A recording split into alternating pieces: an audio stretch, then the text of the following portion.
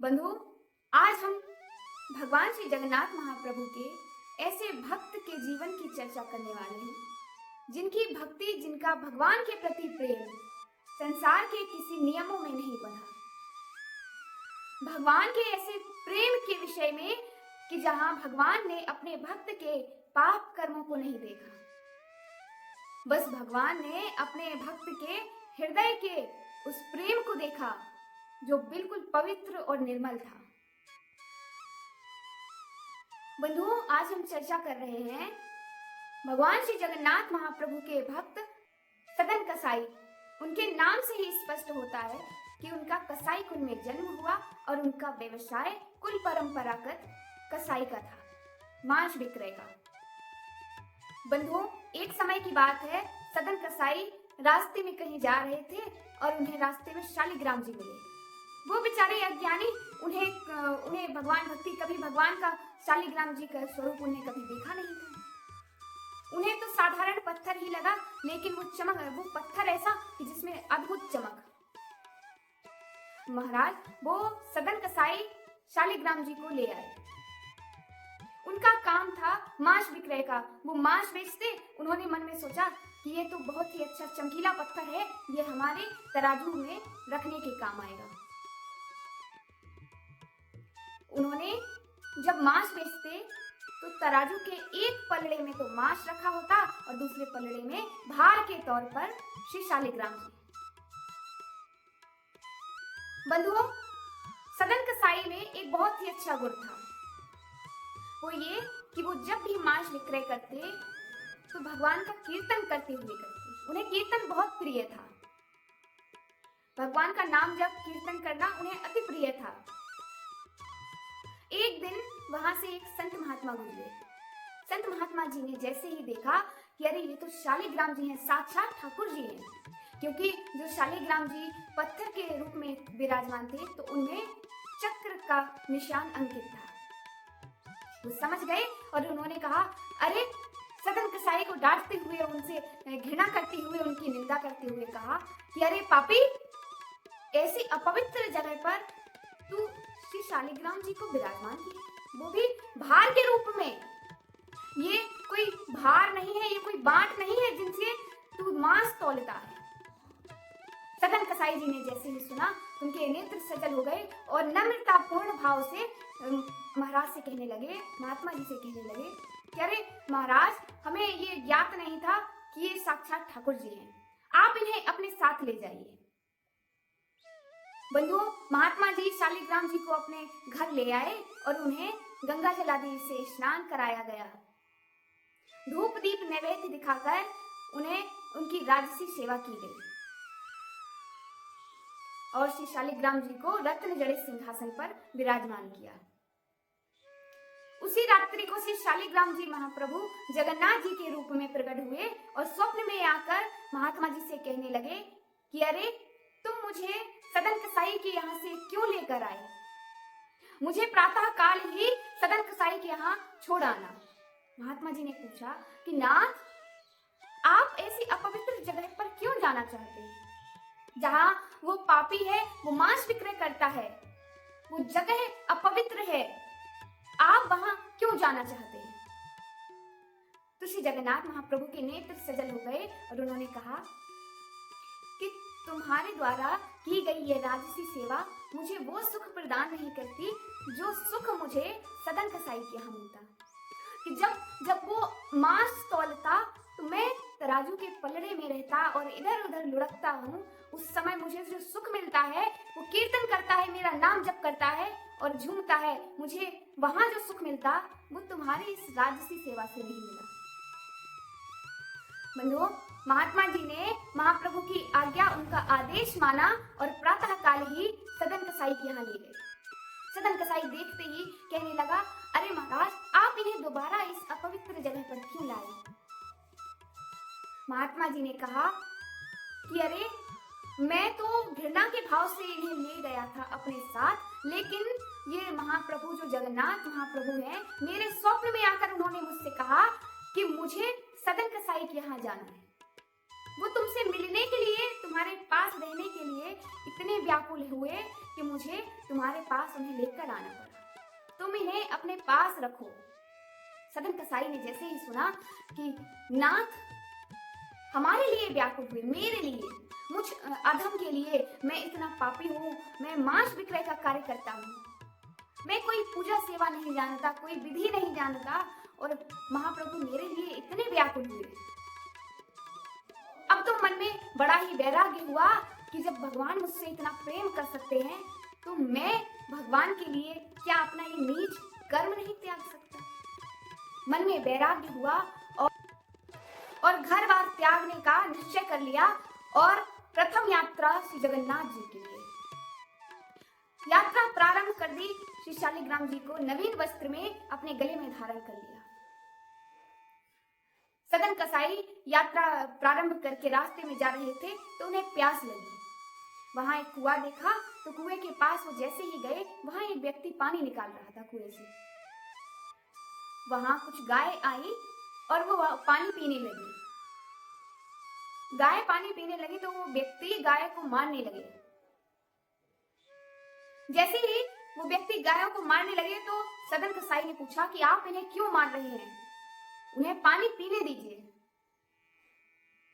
तो उन व्यक्ति ने कहा कि अरे बहुत मेहनत लगती है पानी निकालने में, कुएं से पानी खींचने में मेहनत लगती है, मैं अगर यहाँ इन गायों को पानी पिला दूंगा तो अपने घर क्या ले जाऊंगा। सदन कसाई ने कहा कि भाई यदि आप बुरा न माने, आप आज्ञा करें तो मैं पानी निकाल दूं। व्यक्ति ने कहा ठीक है, तुम पानी निकाल दो और गायों को पिला दो, मुझे कोई आपत्ति नहीं।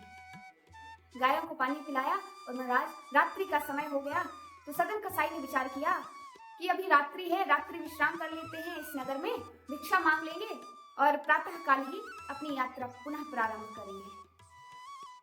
उस नगर में भिक्षा मांगने के लिए सदन कसाई गए तो एक स्त्री के घर में वो भिक्षा मांगने के लिए गए। घर से वो स्त्री निकल कर आई और उन्होंने जैसे ही सदन कसाई को देखा तो उन पर मोहित हो गई।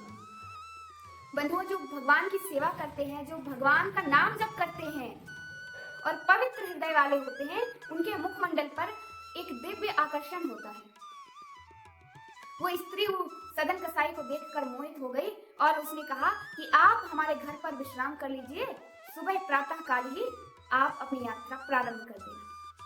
अब वो स्त्री तो काम भाव से इतनी पीड़ित कि वो संध्या काल का समय, रात्रि का समय भोजन कराकर सदन कसाई विश्राम कर रहे थे। उस स्त्री का पति सो गया। उसके बाद वो स्त्री सदन कसाई के पास आई और कहने लगी कि मैं आपको देखकर मोहित हो गई हूँ, आप मुझे इतने पसंद आ गए हो, आप मुझे स्वीकार कर लो। सदन कसाई ने कहा कि ये तो असंभव है, मैं तुम्हें स्पर्श भी नहीं कर सकता क्योंकि तुम्हारा पति तुम्हारे साथ है। महाराज, उस स्त्री ने सदन कसाई के इस बात का भाव अलग ही लिया। उसने मन में विचार किया कि यदि मेरा पति है इसलिए ये मुझे स्वीकार नहीं कर रहे हैं, यदि मेरा पति ही ना रहे तब तो ये मुझे स्वीकार कर लेंगे। आपको मेरे पति का भय था ना, मैंने अपने पति की हत्या कर दी, अब तो आप मुझे स्वीकार करेंगे। सदन कसाई का हृदय कांप उठा और वो कहने लगे कि अरे पापिन स्त्री, तूने अपने पति की हत्या कर दी, तू इतनी पापिन है, किसी और पर पुरुष के लिए तूने अपने पति की हत्या कर दी। अभी तक तो मैं तुझे स्पर्श नहीं कर सकता था, अब तो मैं तुझे देखना भी स्वीकार नहीं कर सकता। उस स्त्री ने कहा कि तुमने मुझे ऐसे ही समझ रखा है, मैंने तुम्हारे लिए अपने पति की हत्या की है, तुम्हें क्या मैं ऐसे ही जाने दूंगी। सदन कसाई ने कहा तुम क्या कर लोगी। उसी ने कहा कि मैं नगर वासियों को बुलाकर शोर मचा दूंगी कि तुम मेरे साथ घृणित कार्य करने वाले थे और मेरे पति ने मेरी रक्षा की, इसलिए तुमने मेरे पति की हत्या कर दी। महाराज, हुआ यही, नगरवासी आ गए और राजा के सैनिकों को बुलाया गया और श्री सदन कसाई जी को बंदी बनाकर राजा के दरबार में पेश किया गया। राजा ने पूछा क्या जो स्त्री कह रही है क्या वो सत्य है। सदन कसाई जी मुस्कुराए और उन्होंने कह दिया कि हाँ ये सत्य है। स्त्री भी हैरान थी कि मैंने इन पर जो झूठा आरोप लगाया है अपराध का और इन्होंने स्वीकार कैसे कर लिया। राजा ने कहा इसका तुम्हें दंड मिलेगा तो सदन कसाई जी ने प्रार्थना की कि मुझे मृत्यु दंड न दिया जाए और मुझे कोई भी दंड स्वीकार है। राजा ने उनकी बात मानी और उनको मृत्यु दंड तो नहीं दिया, लेकिन उनके दोनों हाथ कटवा दिए। महाराज, सदन कसाई के हाथों से, कटे हुए हाथों से रक्त स्राव हो रहा है और शरीर शिथिल हो रहा है, लेकिन फिर भी मन में कष्ट का अनुभव नहीं है। हृदय में एक प्रसन्नता है। सोच रहे हैं कि मैंने कहीं कथा में सुना था कि मेरे प्रभु जगन्नाथ जी के भी हाथ नहीं है, मेरे प्रभु जगन्नाथ जी के भी हस्त कमल नहीं है, तो मेरे भी हाथ नहीं है। महाराज, उस नगर से सदन कसाई जी जगन्नाथपुरी की यात्रा के लिए निकले। रास्ते में जाते कुछ लोगों, कुछ भक्तों की टोलियां मिलती जो कीर्तन करते हुए जाते, तो उनके साथ वो भी झूमने लगते। लेकिन उनमें से कुछ लोगों ने उन्हें पहचान लिया और कहा कि अरे तुम तो कसाई हो, तुम अपवित्र हो, तुम दूर रहो हम लोगों से। निंदा के भाव से जब ऐसी निंदा सुनी सदन कसाई ने, तो उन्होंने निष्ठुर मार्ग चुन लिया। जहाँ कंकड़ और कांटे पड़े हुए हैं, निष्ठुर मार्ग पर चल रहे हैं कि कहीं मेरे चलने से भक्तजनों का जो मार्ग है वो अपवित्र ना हो जाए। जैसे ही सदन कसाई ने जगन्नाथपुरी में प्रवेश किया, तो महाराज दंडवती करते हुए जा रहे हैं। दोनों हाथ नहीं है, रेंगते हुए दंडवती कर रहे हैं, साष्टांग दंडवती करते हुए। जो भी भक्तजन उनको देखते तो उनका हृदय कांप उठता। वहां ब्रह्मवेदी पर विराजमान श्री जगन्नाथ जी झूम रहे हैं, प्रसन्न हैं, और उनकी इस प्रसन्नता का कारण पुजारियों ने पूछा। तब श्री जगन्नाथ महाप्रभु ने बताया कि मेरा एक परम भक्त आ रहा है, उसके लिए पालकी ले जाओ, उसको पालकी में बैठा कर लेकर आओ। पुजारी बाहर गए पालकी लेकर और परम भक्त की घोषणा की, तो वहां पर हजारों भक्त स्वयं को परम भक्त सिद्ध करने के लिए आ गए। बोले, हम हैं परम भक्त, हम हैं परम भक्त श्री जगन्नाथ जी के। पुजारी अपनी जान बचाकर वहां से आए, तो जगन्नाथ जी ने पूछा कि अरे मेरा भक्त कहाँ है, उसे क्यों नहीं लाए? पुजारियों ने कहा कि जैसे आप कुछ संकेत कीजिए जिससे हम परम भक्त की पहचान कर सके। श्री जगन्नाथ महाप्रभु के नेत्र सजल हो गए और उन्होंने कहा कि जिस प्रकार मेरे हस्तकमल नहीं है, उसी प्रकार मेरे भक्त के भी हाथ नहीं। जाओ, जल्दी जाओ और मेरे भक्त को लेकर आओ। पुजारी जी बाहर गए और उन्होंने देखा सदन कसाई जी दंडवती कर रहे हैं। पुजारियों ने कहा कि अरे तुम उठो उठो, तुम्हारे लिए श्री जगन्नाथ महाप्रभु ने पालकी भेजी है। सदन कसाई ने सुना कि अरे आपको कोई भ्रम हुआ है, मेरे लिए, मैं तो नीच अधम हूँ, मेरे लिए पालकी नहीं भेज सकते। ये पालकी भगवान के किसी भक्त के लिए है, मेरे लिए नहीं, मैं इस पालकी के योग्य नहीं हूँ। पुजारियों ने कहा अरे नहीं नहीं, हमें कोई भ्रम नहीं है, तुम ही हो श्री जगन्नाथ महाप्रभु के परम भक्त, तुम्हारे लिए ही उन्होंने ये पालकी भेजी।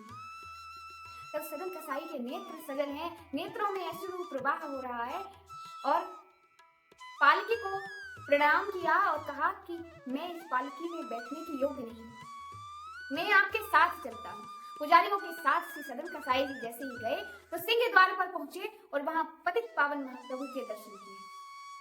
अभी तक तो सदन कसाई को कोई भी किसी प्रकार का कष्ट अनुभव नहीं हुआ, ना मन में ये विचार आया कि मेरे हाथ नहीं है, लेकिन आज मन में भाव आया कि काश मेरे भी हाथ होते तो मैं भी आपको साष्टांग प्रणाम करता।